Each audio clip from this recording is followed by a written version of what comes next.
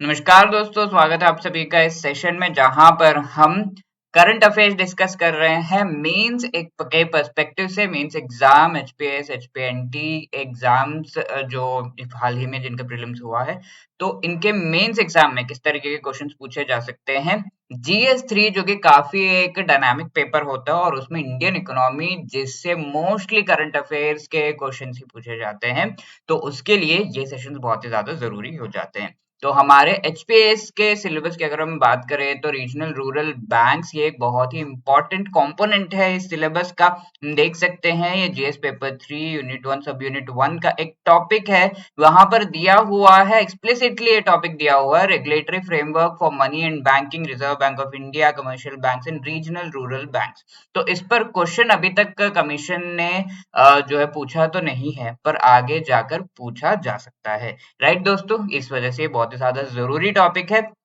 इससे रिलेटेड कोई question exam में भी, आगे का जो हमारा एग्जाम है प्रीलिम्स का, उसमें भी आ सकता है, क्योंकि regional rural banks recently news में थे। एक मीटिंग हुई थी फाइनेंस मिनिस्टर की अदर स्टेक होल्डर्स के साथ, ताकि इसके पूरे फ्रेमवर्क और सेटअप में थोड़े रिफॉर्म्स लेकर आए जाए। ठीक है, तो इसका रिलेवेंस सबसे पहले देख लेते हैं कि ये टॉपिक हमें पढ़ना चाहिए या नहीं। काफी ज्यादा चीजें इससे रिलेटेड मैं ऑलरेडी आपको बता चुका हूँ।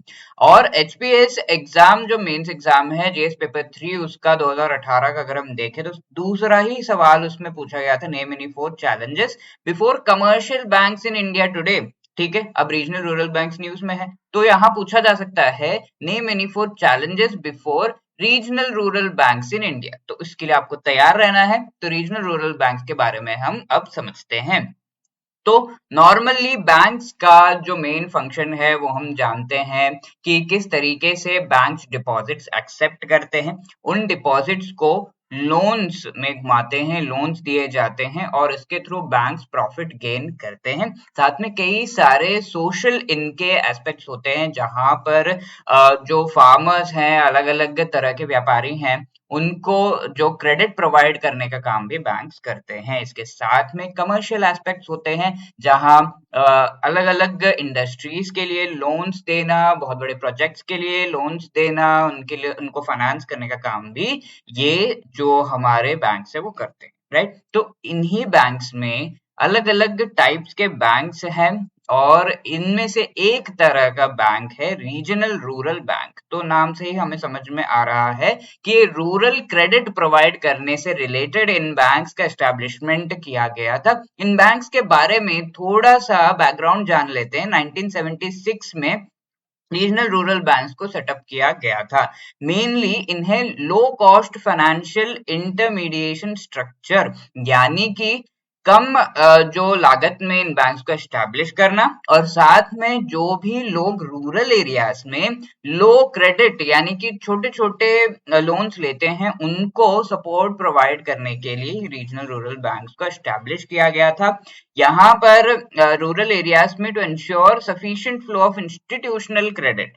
ठीक है, बहुत ही जरूरी एक टर्म है इंस्टीट्यूशनल क्रेडिट। वहां पर पैसे तो फार्मर्स को मिल जाते हैं, लेकिन मनी लेंडर्स होते हैं जिनके अलग अलग तरीके होते हैं इन पैसों को वसूलने के, या फिर बहुत ही हाई कोलेटरल पर मिलते हैं, बहुत हाई, उनका अपना घर घर गिरवी रखो या फिर अपने पशुओं को गिरवी रखो, उसके बाद आपको पैसे मिलते हैं।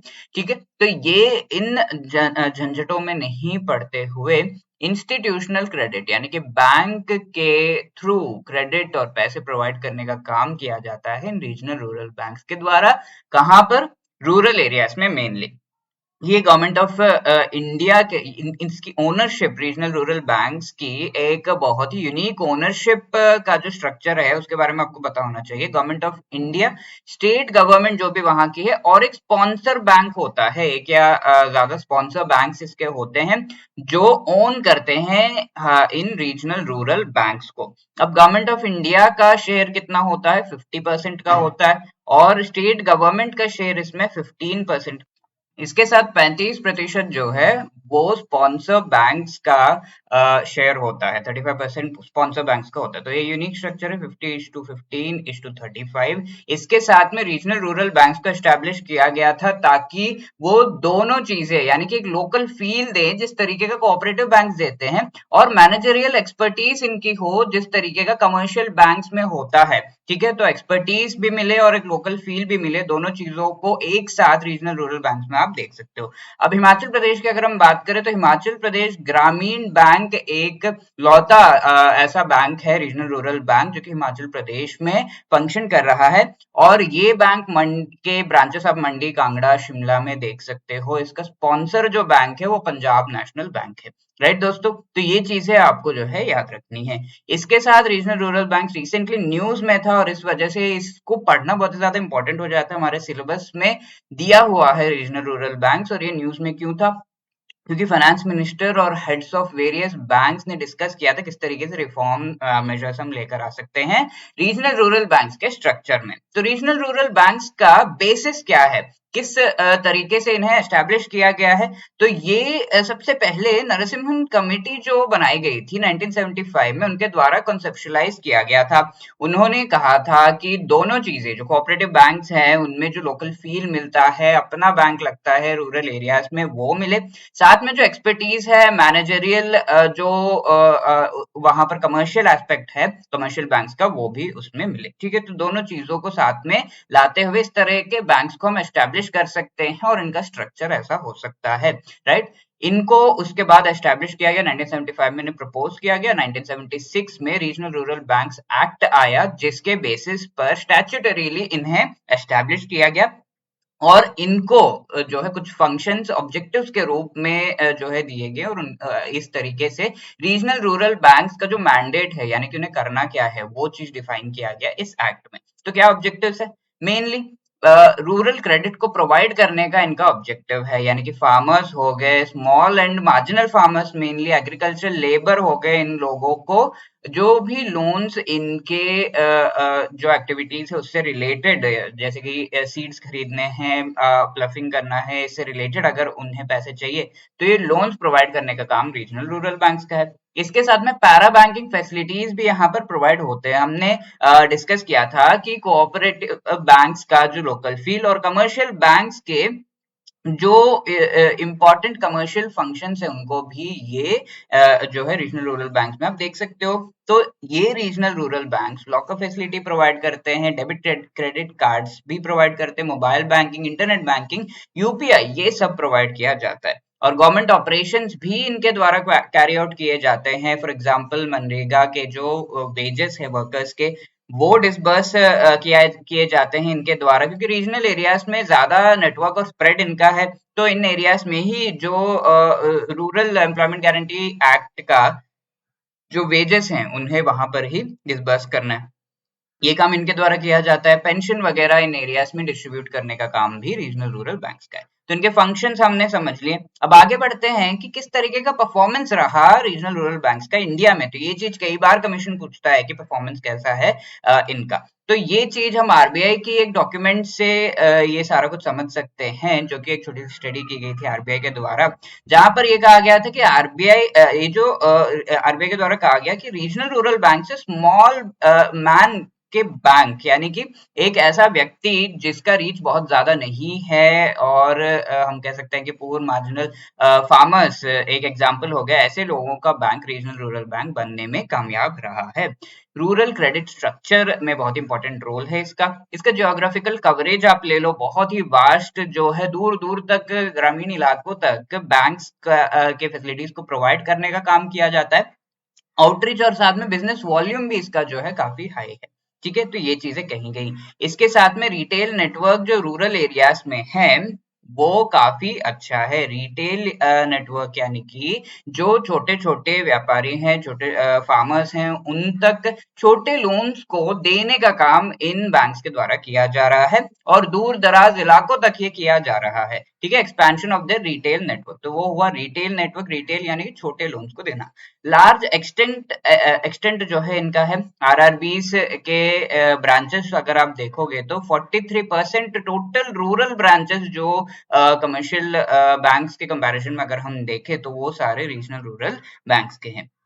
ठीक है, तो इस तरीके से हम कह सकते हैं कि इनका परफॉर्मेंस काफी अच्छा रहा है। रूरल ओरिएंटेशन इनका रहा है, rural semi urban branches constituting over 97% of their branch network. तो रीजनल रूरल बैंक्स की अगर हम बात करें, टोटल ओवरऑल कमर्शियल बैंक्स और रीजनल रूरल बैंक्स की अगर हम बात करें तो 43% रीजनल रूरल बैंक्स हैं उनमें से, और जो आरआरबी से इनके मेन ब्रांचेस अगर हम देखें तो 97% वो रूरल एरियाज में, तो इनका स्प्रेड रूरल एरियाज में काफी अच्छा है।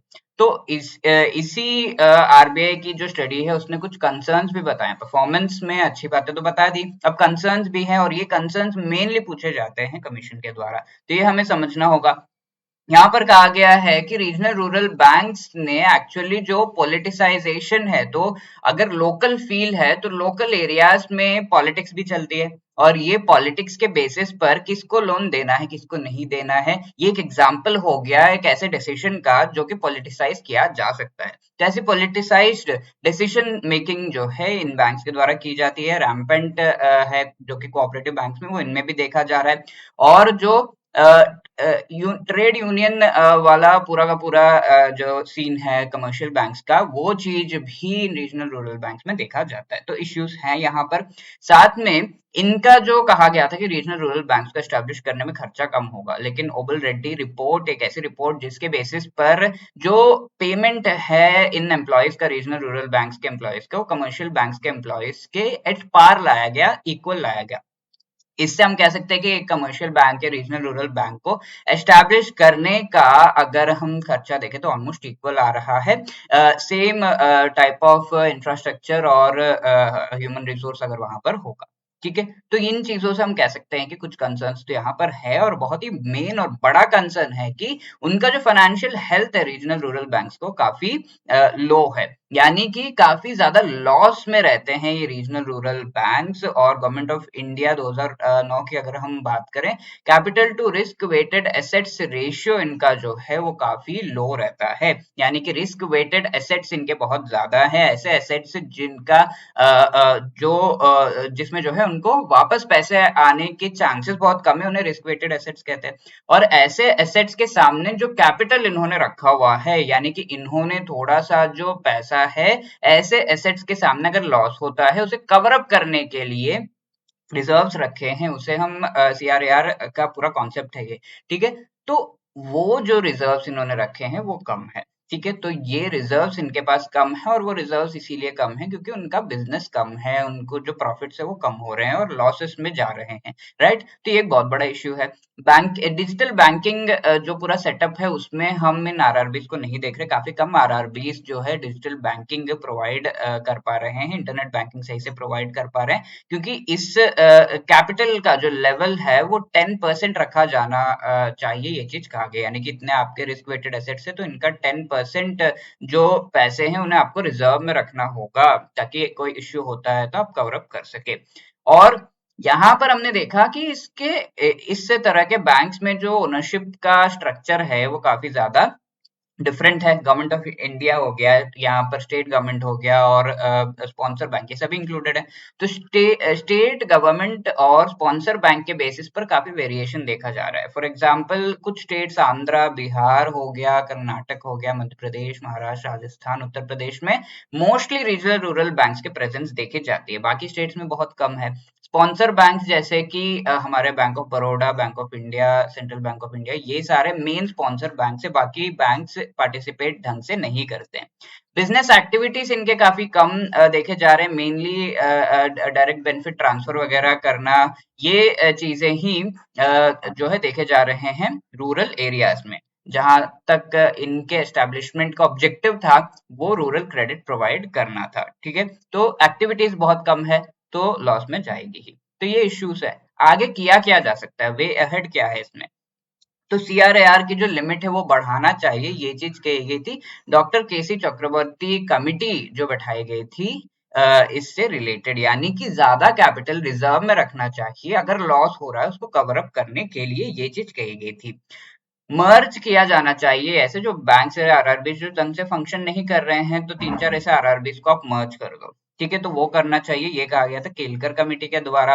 इसके साथ अगर मर्ज किया जा रहा है तो वो भी कई बार सही ऑप्शन नहीं होता है।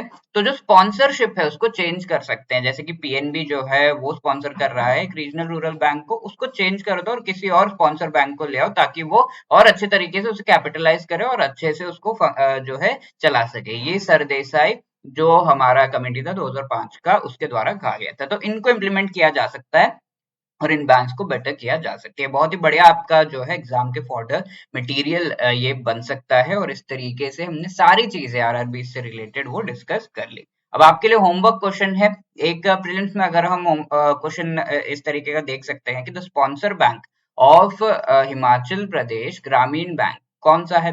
पंजाब नेशनल बैंक है, स्टेट बैंक ऑफ इंडिया है, बैंक ऑफ बड़ौदा है या आईसीआईसीआई बैंक है? अगर आपको याद है फटाफट से कमेंट सेक्शन में आपको जो है इसका आंसर देना है। और आप मेंस के पॉइंट्स क्या लिखोगे अगर इस तरह का क्वेश्चन आता है एग्जाम में कि name any 4 challenges before regional rural banks in India today, तो 4 मार्क्स का क्वेश्चन अगर ऐसा आता है तो 4 पॉइंट्स आप क्या लिखोगे वो भी आप टाइप करके भेज सकते हो in the comment section. Right दोस्तों, आई होप इस सेशन से आपको बहुत ही बढ़िया मटेरियल प्रोवाइड किया गया है और साथ में टेलीग्राम पर ये जो पीडीएफ है आपको मिल जाएगी, वहां से जरूर आप इस पीडीएफ को ले लीजिएगा और आपका बहुत अच्छा मेंस का फोटो मटेरियल ये बन जाएगा। ओके दोस्तों, all the best for your preparation. जय हिंद।